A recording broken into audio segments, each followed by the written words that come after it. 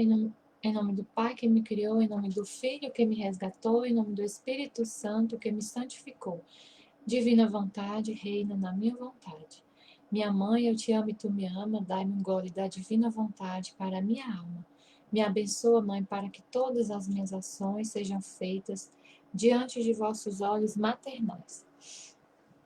Meditação do Livro do Céu, volume 3, 12 de janeiro de 1900. Diferença entre o conhecimento de si mesmo e a humildade. Encontrando-me em meu estado habitual, meu adorável Jesus veio em um estado que dava compaixão. Tinha as mãos atadas fortemente e o rosto coberto de saliva, e algumas pessoas esbofeteavam horrivelmente. E ele permanecia quieto, plácido, sem fazer nenhum movimento, nem emitir um lamento, nem sequer um movimento de cílios, para demonstrar que ele queria sofrer estes ultrajes. E isto não só externamente, mas também internamente. Que espetáculo tão comovente, de fazer despedaçar os corações mais duros. Quantas coisas dizia aquele rosto com as cusparadas, manchado de lama. Eu me sentia horrorizada, tremia, me via toda soberba diante de Jesus. Enquanto eu estava neste aspecto, ele me disse: Minha filha, só os pequenos se deixam conduzir como se quer. Não aqueles que são pequenos de razão humana, mas aqueles que são pequenos, mas cheios de razão divina. Só eu posso dizer que eu sou humilde, porque no homem o que se diz humildade, mas deve-se dizer conhecimento de si mesmo. E quem não se conhece a si mesmo caminha já na falsidade. Então é uma cena realmente comovente ver Jesus atado. Ele estava recebendo, né, bofetões, cusparadas, muitas ofensas, uma cena de totalmente de humildade. Como aconteceu na paixão, né? Que ele ficou desse jeito. Foi muito ofendido, muito humilhado. E como ele se comporta, né? Numa situação dessa de extrema humilhação e de dor. Ele não movimenta nem os cílios. Ele fica em paz. E a Luísa fala, meu Deus, como eu sou diferente de ti. Se viu toda soberba, porque assim, imagina a gente numa situação dessa. Será que a gente ia receber com tão pacífica assim, uma ofensa desse jeito? Só com Jesus, só com a graça de Deus para conseguir passar por isso. E não movimentar nem os cílios, não perder a paz, não querer vingança. É muito, muito difícil.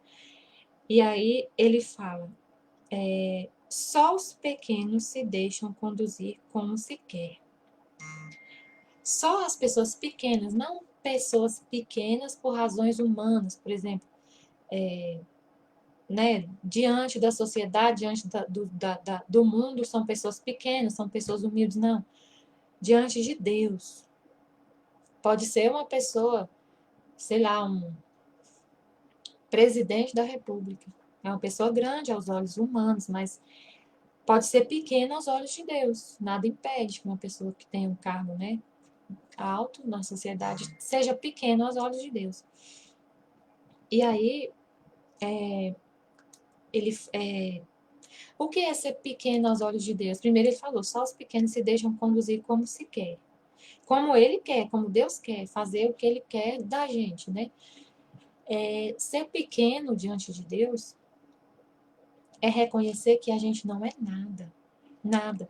Na aula de sábado, a Aline falou que, ela leu um trecho que Jesus fala que todas as ações do ser humano, exatamente tudo que ele fez, primeiro Deus fez em Adão. Então, se a gente olha, se a gente fala, se a gente anda, tudo que eu faço, se eu consigo ver, se meu corpo funciona, se meu cérebro funciona, é porque Deus primeiro fez esse ato na humanidade de Adão. Então, tudo, exatamente tudo que eu faço, é Deus que faz em mim. Eu não posso atribuir nada a mim. Se eu amo, né? Vamos pensar nas coisas boas que eu faço. Se eu amo, se eu rezo, se eu consigo pedir alguma coisa pelo meu irmão, fazer uma boa ação, viver na divina vontade, receber as graças que Jesus quer me dar, tudo é Ele. Não tem nada que a gente faça por nós mesmos. A única coisa que a gente faz por nós mesmos é usar o nosso livre-arbítrio e fazer o mal. Tudo que há de bom em mim é Deus que faz, não, menos tudo que eu faço é Deus, menos o pecado, menos o mal. Então, isso é ser pequeno aos olhos de Deus. É não atribuir nada que eu faço de bom a mim mesmo. É eu reconhecer minha miséria, que, tipo assim, se tirar Deus da minha alma, o que vai sobrar? Só miséria, só maldade, só o pó. Então, a Aline fala que eu tô no sonho dela. E aí, isso é ser humilde. E só essas pessoas humildes, que não atribuem nada a si, Deus consegue fazer o que quer delas. Porque uma pessoa soberba, no coração dela não tem espaço para Deus. Ela tem muito amor próprio. E Jesus fala que para você receber as graças dele, tem que ser, o coração tem que estar livre. Só pode existir amor divino, não pode existir amor humano, apego a ninguém, apego à estima, a vontade de ter reconhecimento, de ter honras, não, isso não pode existir. Então, se a pessoa tem um pouquinho de amor próprio, ela vai resistir. Deus não vai conseguir fazer naquela alma o trabalho que ele deseja. Sempre vai ter algum impedimento. E aí ele fala, né? Deixa eu terminar de ler aqui. Só eu posso dizer que sou humilde. Porque no homem o que se diz humildade deve-se dizer conhecimento de si mesmo. E quem não se conhece a si mesmo já anda na falsidade. O que ele quer dizer com isso? Que o que a gente chama de humildade na gente, na verdade, é você reconhecer o que você é. Só Jesus pode dizer que ele é humilde. Por quê? Imagina o que Jesus é. Ele é Deus. Ele é rei do universo. Ele que é dono de tudo. Digamos assim, ele é o rei, ele é o rei dos reis. E o que ele fez? Ele se despiu dessas vestes reais e se colocou nessa carne humana, nessa miséria que é a gente, que é o mundo, que é o ser humano. Vestiu uma carne, né, mortal. E passou por todas as nossas misérias. Assumiu todos os pecados. Então, imagina aonde ele está, o que ele é e o que ele se fez por nós. É a diferença entre o céu e a terra. É a humildade dele. Ele quis assumir essa miséria. Ele tirou a roupa dele linda, maravilhosa, e vestiu a nossa roupa de como se fosse, vamos colocar aqui um exemplo humano, o rei, a rainha da Inglaterra tirar as roupas delas reais e vestir de funcionária, sei lá, vai varrer a rua, veste aquele uniforme. É a mesma coisa. Só que, só que é muito mais o que ele fez, porque ele é o rei dos reis. E ele vestiu a nossa miséria. Então, quando a gente fala de humildade, é só ele que pode falar de humildade. Nós, quando a gente fala assim, eu sou humilde, na verdade a gente está reconhecendo o que a gente é, que a gente não é nada. Aí a Luísa dá um exemplo nesse trecho que ela entendeu sobre conhecimento de si mesma e humildade, que é tipo assim, uma pessoa que é pobre, uma pessoa pobre, um mendigo. E aí todo mundo sabe que ele é pobre, ele se apresenta como pobre, as pessoas gostam dele porque ele é uma pessoa que realmente vive do jeito que ele é. Ele não quer ser outra pessoa que ele não é. Ele vive do jeito como um mendigo.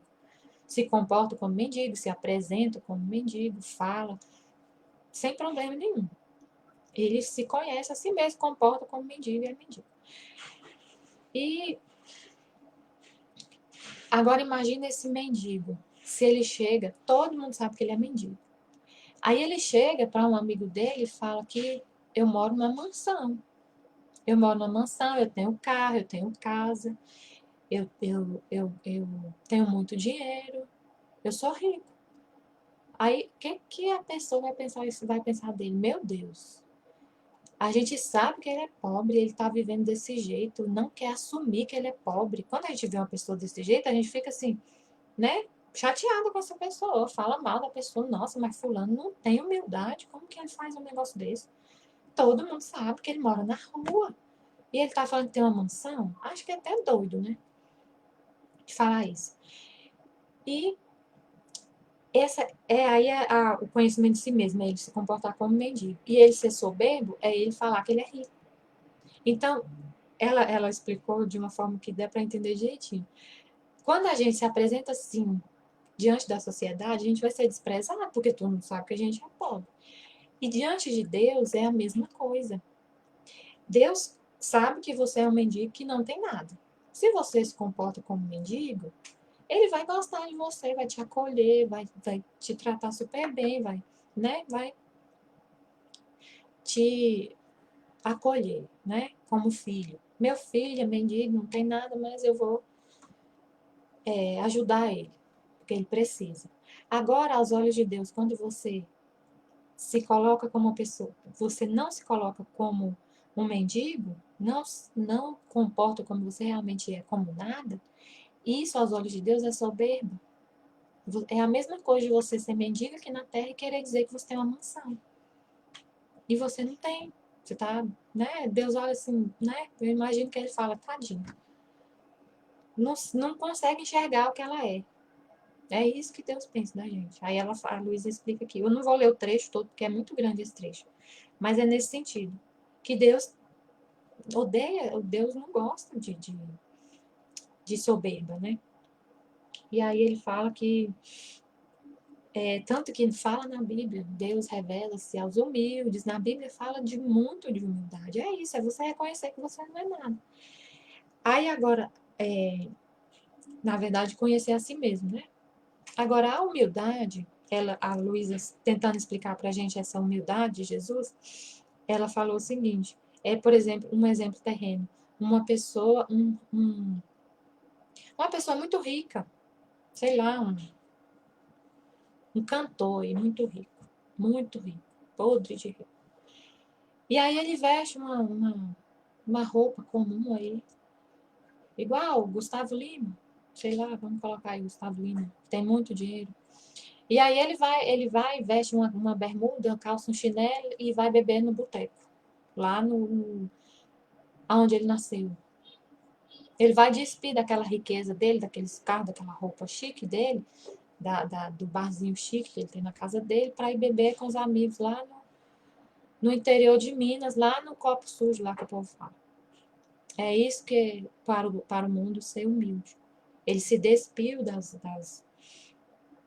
da riqueza dele para conviver com as pessoas, né, mais simples. Então, seria isso. Deixa eu ler mais uma parte aqui do trecho. Então, assim, o mais importante desse trecho é entender, na vida espiritual, é sempre entender essa parte da humildade, não com olhos humanos, mas com olhos divinos. É você entender que você não é nada. Nada, nada que você tenha tudo que você tem de bom na sua alma é Deus. Ontem eu estava lendo um livro no Diário da Santa Faustina, Jesus falou para ela assim, até para você receber minha graça, você não é capaz de receber se eu não te ajudar. Olha a miséria do Senhor. Jesus está querendo te dar uma graça, mas você é tão miserável que você não consegue nem receber. Tá entendendo? Então, quando você reconhece essa miséria, é assim que Deus quer que você seja. Tudo é a Ele a glória, a Ele o louvor, nada para você. E em outro trecho, Jesus fala da habitação interior, que é quando ele vai vir habitar na sua alma, transfigurar, né? Você vai ser transfigurado a ele, divinizado. Ele dá o exemplo de uma casa. E essa casa, a habitação interior, que ele vai vir morar nessa casa, a base dela é a humildade. Então, quanto maior a humildade, mais forte vai ser a base dessa casa. E maior vai ser a casa, mais bonita. Quanto maior a base, né, a casa vai ter mais estrutura para aguentar tempestade, para aguentar ventania, para aguentar o que for. Se a base for sólida e profunda. Então, a base é a humildade, a base da vida espiritual. Sem a humildade não existe vida na divina vontade, não existe santidade. Então, é a base, tudo para a vida espiritual é importantíssimo, é fundamental a humildade. E saber o conceito de humildade na vida espiritual, que é saber que tudo é Deus, tudo que você faz de bom. Durante alguns minutos, Jesus fez silêncio e eu o contemplava. Enquanto fazia isso, vi uma mão que trazia uma luz, que escavando em meu interior, nos mais íntimos esconderijos, queria ver se havia em mim o conhecimento de mim mesma e o amor às humilhações, às confusões e aos opróbrios. Aquela luz encontrava um vazio em meu interior. E eu também via que devia ser preenchida com humilhações e confusões, a exemplo do bendito Jesus. Oh, quantas coisas me fazia compreender aquela luz e aquele rosto santo que estava diante de mim. Dizia entre mim, um Deus humilhado por meu amor, confuso, e eu pecadora sem estas divisas. Um Deus estável, firme em suportar tantas injúrias, tanto não se move nem um pouquinho para se livrar dessas cusparadas fétidas. Ah, parece-me ver seu interior ante a divindade, e o exterior ante os homens. No entanto, se quiser, pode fazê-lo, porque não são as correntes que o atam, senão sua estável vontade, que a qualquer custo quer salvar o gênero humano. E eu, onde estão minhas humilhações? Onde a firmeza, a constância em fazer o bem por amor de meu Jesus e por amor de meu próximo? Ai, que diferentes vítimas somos eu e Jesus, porque de fato não nos parecemos em nada. Enquanto meu pequeno cérebro se perdia nisso, meu adorável Jesus me disse: minha humanidade esteve cheia somente de opróbrios e humilhações, tanto de derramar fora. Eis porque diante de minhas virtudes treme o céu e a terra, e as almas que me amam se servem de minha humanidade como escada para subir a provar algumas gotinhas de minhas virtudes. Diz-me perante a minha humildade, onde está a tua? Só eu posso gloriar-me de possuir a verdadeira humildade. Minha divindade, unida à minha humanidade, podia operar prodígios em cada passo, palavra e obra. Em troca, voluntariamente me restringia no cerco de minha humanidade e me mostrava como mais pobre e começava a confundir-me com os mesmos pecadores. Pensa, eu fico pensando assim, ele fala aqui, o que poderia fazer a minha humanidade unida à minha divindade?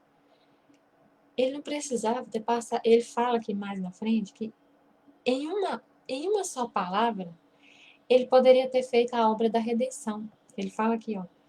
A obra da redenção, em tão pouco tempo, eu podia fazê-la. Mesmo com uma só palavra. Se ele dissesse assim, o redimiu, pronto, todo mundo está salvo. Ele não quis fazer isso. Mesmo com uma só palavra. Não quis mas quis durante tantos anos, com tantos trabalhos e sofrimentos, fazer minhas as misérias do homem. Quis exercer-me em tantas ações diversas para fazer com que o homem fosse todo renovado, divinizado, mesmo nas mínimas obras, porque realizadas por mim, que era Deus e homem, recebia novo esplendor e ficavam com a marca de obras divinas. Então, ele quis fazer tudo que ele fez, mas não precisava. Ele está falando que a obra da redenção podia ter sido feita com uma palavra, em um segundo. Lá do céu, ele falaria: a humanidade está salva, eu já redimi todo mundo. Não, ele quis vir, ele quis nascer, ele quis passar por todas as nossas misérias e divinizar tudo. Se hoje o nosso trabalho é divinizado, é porque Jesus trabalhou. Ele quis trabalhar de carpinteiro. Ele quis andar para divinizar nossos passos. Ele quis fazer tudo o que a gente faz. Ele quis dormir para divinizar nosso sono. Quis acordar para divinizar nosso amanhecer. Tudo que ele fez é divinizado. Então, quando eu ando sozinha, nada é divinizado. Se eu quero viver sem Deus, o que eu faço é humano, é lixo. Digamos assim, né? Mas se eu uno o meu ato ao de Jesus, é divinizado, porque ele já fez isso. Então, tudo que ele tocou, a cruz, é divinizado, porque Jesus morreu nela, foi a forma que Jesus morreu. Ela é divinizada por isso, antes não era. Então, por isso que a gente tem que viver unida a Jesus, para divinizar nossos atos. O trabalho, qualquer trabalho que você faça é divinizado, porque Jesus trabalhou na terra. Então, por mais que você ache, meu trabalho vou lavar a louça e oferecer para a divina vontade, não importa se é lavar a louça. Jesus divinizou esse ato, quando ele esteve aqui em carne mortal.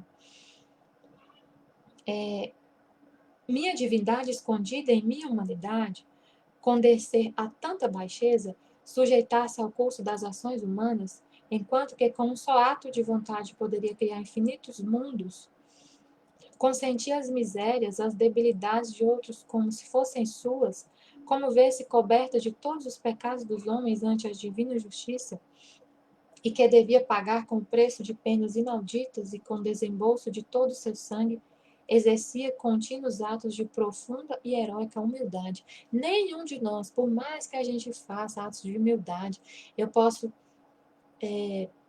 vender tudo que eu tenho, igual São Francisco fez. São Francisco fez um ato assim, nossa, da gente olha, meu Deus, que maravilha que ele fez. Ele despiu de toda a riqueza que ele tinha, foi viver no mato, foi viver sem nada, passando fome, né? Não chega aos pés do que Jesus fez, porque ele é humano. A gente já não é nada. Então, assim, o que a gente deixa de fazer para ser humilde é uma gotinha de humildade perto do que Jesus fez. É isso que ele está querendo dizer. Porque, por exemplo, eu sempre lembro da Valtorta. O que acontece? Como Jesus sofreu para pregar o Evangelho. Um exemplo, por exemplo, ele poderia, quando ele estava nas pregações, que ele viajava de uma cidade para outra, ele se cansava muito, ele andava muito, sendo que se ele dissesse uma palavra, ele estava em outra cidade, num piscar de olhos, sem precisar andar, sem precisar sofrer. Imagina como os pés dele se cansaram, como a humanidade dele cansou, com sono, quanta fome ele passou, sendo que se ele dissesse pão, pão aparecia. Ele podia transformar pedra em pão e comer. Ele poderia pedir os anjos para trazer pão para ele. Poderia pedir, ele não precisava passar nem um minuto de sede, e ele passou muita sede. No início, assim que ele saiu da casa da mãe dele para ir para Jerusalém pregar, ele passou 2 dias sem beber água, sem comer. E ele foi mendigar. Ele foi mendigar. E ele não foi. E o pai não permitiu que as pessoas ajudassem ele. A primeira noite ele passou, mendigou e ninguém deu água nem pão para ele. Ele passou fome, ele dormiu na rua, ele andava descalço. Para entender a humildade dele, ele tem que ver a grandeza dele para comparar. Ele é dono de todo o ouro que existe na terra. A pessoa mais rica, que tem mais ouro aqui na terra, não tem nada perto dele. Ele é dono do ouro, da prata, do silício, de tudo. Tudo é dele, tudo, tudo, tudo. E não só a Terra, é todos os planetas, tudo que existe, que você pensar que existe, é dele. E ele mendigou o pão. E passou sede. E aí, quem duvida do amor de Deus, quem tem uma sombra de dúvida se Deus te ama, é só meditar sobre isso. O que ele fez por você. Porque ele fez isso por você. que está me ouvindo, por mim, por todos. Não foi por todo. A gente tem que pensar que ele fez isso por mim, tá? Por você, individual. Ele fala que se fosse preciso ele fazer tudo o que ele fez para salvar uma alma, ele salvaria. Ele passaria por tudo, por causa de uma alma. Ele é Deus, ele já sabia de tudo. Se ele visse que só uma alma se salvaria com a paixão dele, com a vida dele, ele teria vindo do mesmo jeito, por causa de uma alma. Então, vamos supor que essa alma é você que está me ouvindo. Se fosse para salvar só você, ele faria tudo de novo. Ele faria do mesmo jeito, não deixaria de fazer. Eu vou parar porque já está ficando grande o vídeo e o trecho é muito grande. Mas a gente vai continuar meditando sobre essa grandeza de Jesus e a humildade. Assim, pensa em tudo que ele fez na paixão, tudo que ele sofreu de humilhações, calado, tudo que ele passou de dificuldade para pregar o evangelho, as dificuldades que ele passou a vida inteira, desde que ele foi encarnado no ventre de Nossa Senhora, que ele sofreu muito, na vida íntima fala, esse sofrimento dele por ter ficado preso lá, e, né, ele tendo razão, já, e ficar no útero como um embrião, um bebezinho, né, preso no escuro, sem falar, sem poder falar com as pessoas. Então, assim, dá para meditar muito, muito esse trecho, mas eu vou parar por aqui. Estivemos e sempre estaremos reunidos em nome do Pai, do Filho e do Espírito Santo. Amém. Fiat.